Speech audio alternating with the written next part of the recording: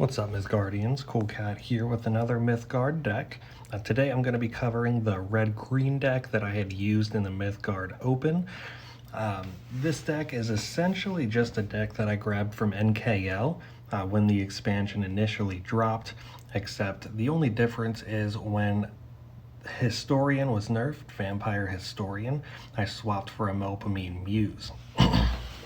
So just going over the list here, we are going to be running Turn of Seasons for the Path, and we're going to be running Infuse for the Power. Infuse is really good with Rush minions and Life Tab minions, which this deck has no shortage of. And Turn of Seasons is the best option for card draw in this deck.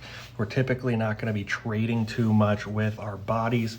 We are usually going to be using some non-combat damage like Crucible Flare, Magmatar, Gigantomachia, and Heli, things like that. But running down the list, we have some pretty standard red mid-range stuff. We're running the Strigoi Pups. We are running 2 copies of the Crucible Flare. Now this is a new card that came out with the expansion. So this card is really great to remove early blockers, and on the Forge effect, it's really awesome against Hopeless Necromantics or any unwanted demise effects. And then we're running 2 copies of Daring Trapezist. I tried really hard to fit the other 2 copies in here, but I couldn't find anything to remove. And we're already pretty heavy on our 2 drops as well. So, just sticking with 2, I found a lot of success. And then we're running 2 copies of the Ruby Raider. This card is really awesome when it's forged. When it's not forged, you're generally not going to play this card unless you're in desperate need of a blocker. And we're running the Ichor Feast. This is 3 mana to draw 3 cards. In this deck, we don't really care too much about losing 3 life. We have plenty of life gain in the Strigoi Pup, Sugar Plum Fairy, Serapis. So we're going to be really healthy. So we just need some good value on our card draw. The Melpomene Muse is actually turning into the standard red 3-drop. It's a really strong blocker with 4 attack. I can generally trade 1-for-1 with anything that's played on turn 3 or before, and even later on in the game as well. And it also replaces itself on demise. And then we're running the Oak of Dodana. With this deck, it's really common to have control of the board pretty early. Slam Oak on curve, trade some stuff off, and get some good life gain value from that. We're running the Wings of Abaddon, of course, the best rush minion in the game. We are running 2 copies of Magmatar for good AoE clear. The Serapis False Apostle, pretty much everything this card does is something that this deck wants to do. So it has life tap, it has a drain ability, it has a respawn ability as well. This is really awesome with our rush minions. It's really awesome with Magmatar.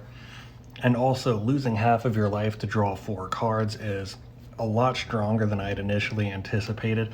Usually after using that ability, it'll leave you at 15 to 20 health.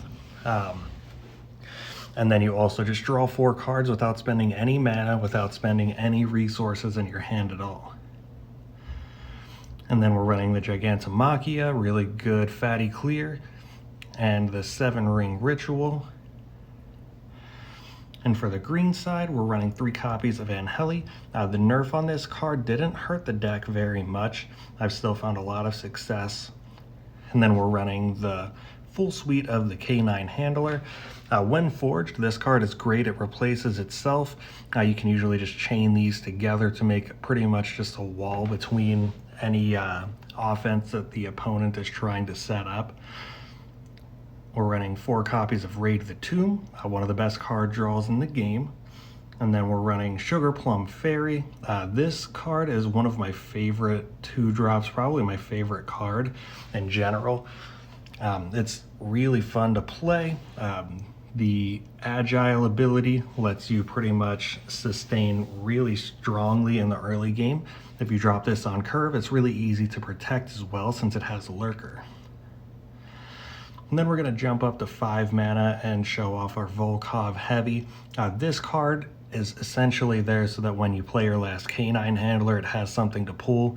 And you know, it's just a really strong threat on turn 5 to drop. It's really hard for the opponent to take down with armor 1 and 5 health. And also the fact that it has overrun is extremely strong. Of course, we're running Traitorous Murmur, one of the best spells in the game.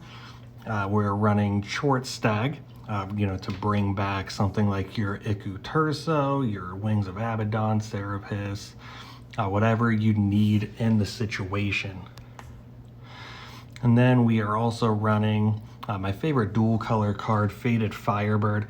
This is awesome. You just play it, they kill it, you play it again, they kill it, you play it again, and it's agile, so as soon as they, you know, run out of removal, you can just swing even if it's blocked. Really strong with Infuse as well, being able to guarantee that 6 face damage. And usually just being able to chain the Faded Firebird is going to win you games outright.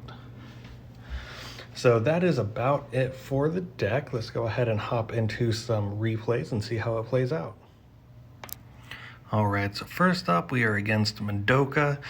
They actually had won the recent Cryptic Gaming tournament, actually using this deck that they're playing now. This red-green deck is extremely strong against any aggressive strategies.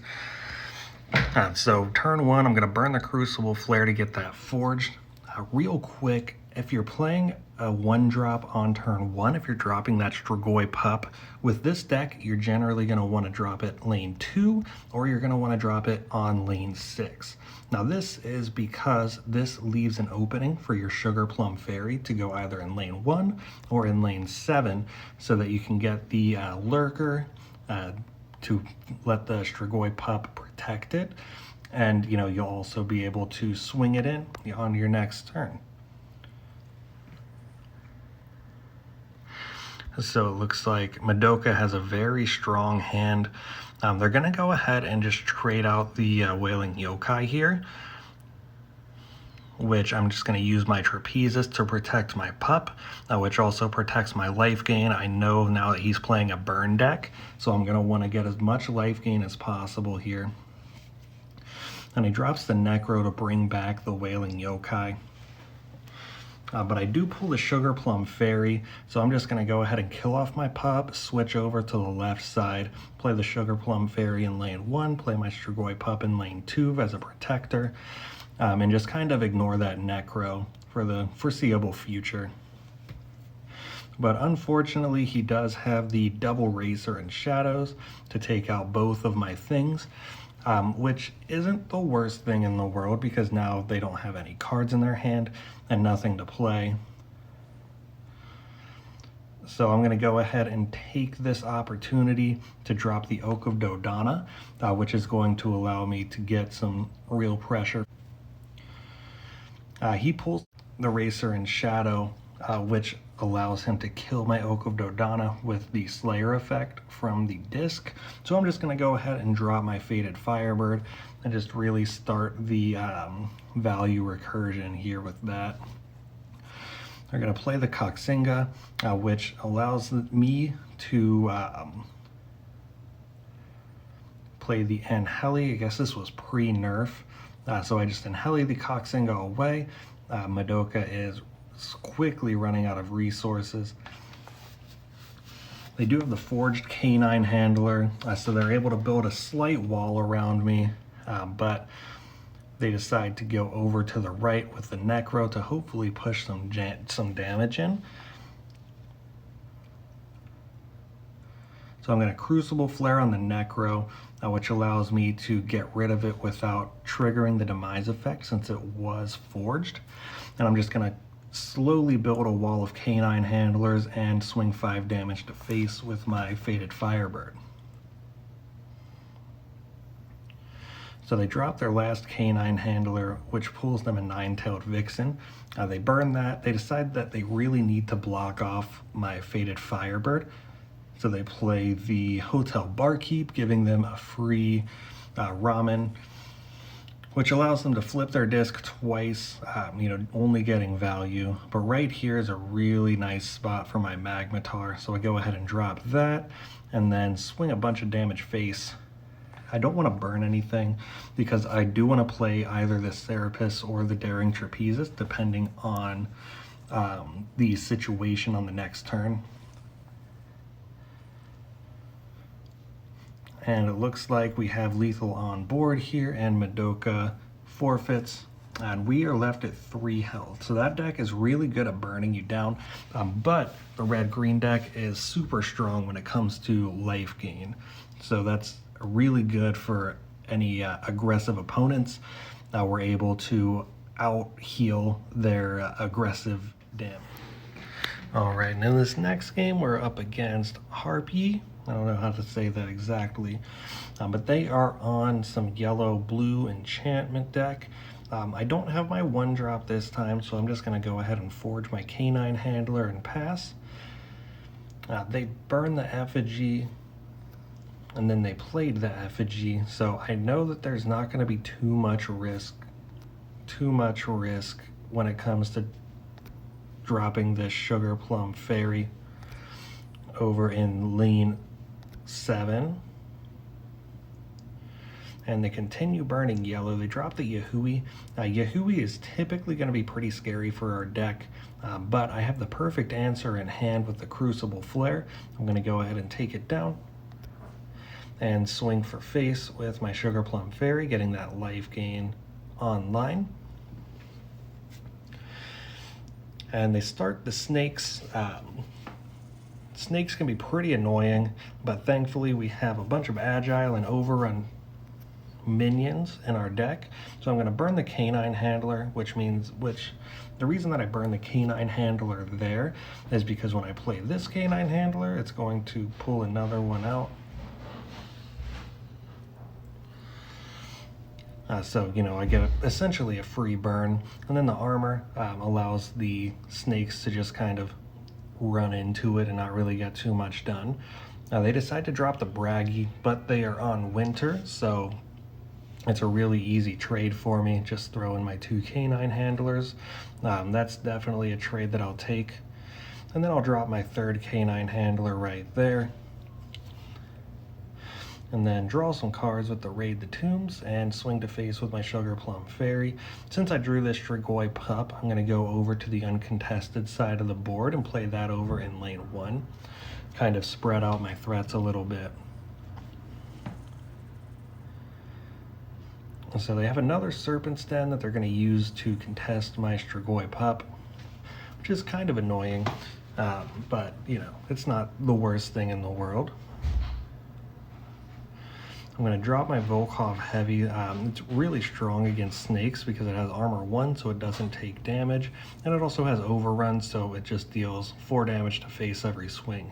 So that threat causes them to use their Misanthropia. And if you look at my hand, you are pretty glad that they used their first Misanthropia because I have a lot of good stuff going on. I dropped the Serapis, burn the Magmatar. There's not too much use I can get because their whole board's about to be cleared. And I know that yellow-blue typically has a lot of bigger minions. They go ahead and use the Sapo on my Serapis, which made me upset, so I decided to use Confuzzled, my favorite emote. I dropped the Iku to kind of satiate the Sapo because I noticed that it was going into winter and my Iku was going to trade 1 for 1, and with my Short Stag in hand, I'll be able to get it right back.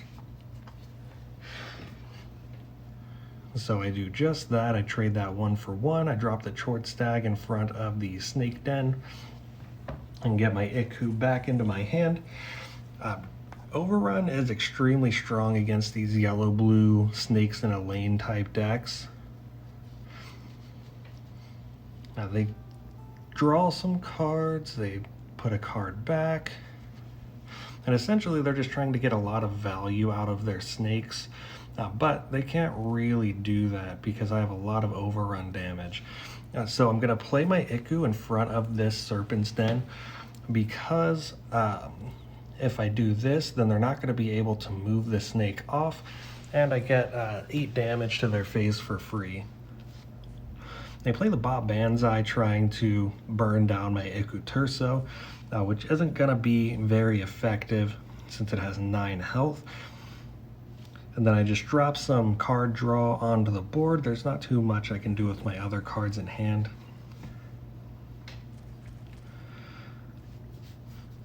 And they go ahead and just kill off my card draw minions, and I'm about to draw a ton of cards because not only did 2 muses die, but I'm also going into fall as well. So with some really good value. And this is post nerf Angeli.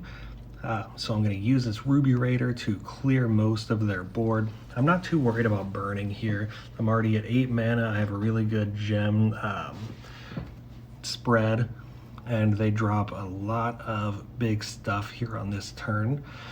And so they're setting me up really well for an awesome Gigantomachia, which of course, 1, 2, 3, 4, 5 minions for 6 mana. I will take that trade any day of the week.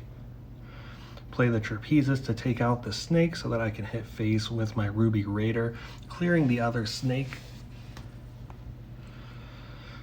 They play the Braggy's Ballad. They are desperately searching for a blocker for my Ruby Raider. And they find the Yahui, but thankfully, as we learned earlier in this game, my Crucible Flare is extremely strong against Yahui, and my Daring Trapezist is pretty good against snakes, if I do say so myself. So that, in combination with an Infuse, is going to give me exact lethal to close out this game. So not only can this deck get control and keep control, it's also able to win the grindier, longer matchups as well, through amazing card draw and the Raid the Tombs and Ichor Feast, as well as constant pressure from your rush minions and removal tools and your top end from the green side, allowing you to close out the longer games and kind of run your opponent dry of resources. So that is the deck. It's a really strong deck. There's a lot of different ways to build red-green, but this is the deck that I've found the most success with, both on ladder and in tournament play as well. I know that there's some slower versions using Judas Hex and different options like that. So check out Mythgard Hub. They have tons of different versions of this deck. It's a very strong color combination. I would probably put it top 3, top 4 color combos in the meta right now. So it's definitely going to be a safe pick. So if you like the video, leave a like, comment if you want to see anything, or if you like the video, leave a like, give me a comment if you want to see anything or have any requests, or just let me know what you think of this deck. And make sure to subscribe for some more Mythgard content. And remember, GG for Matt.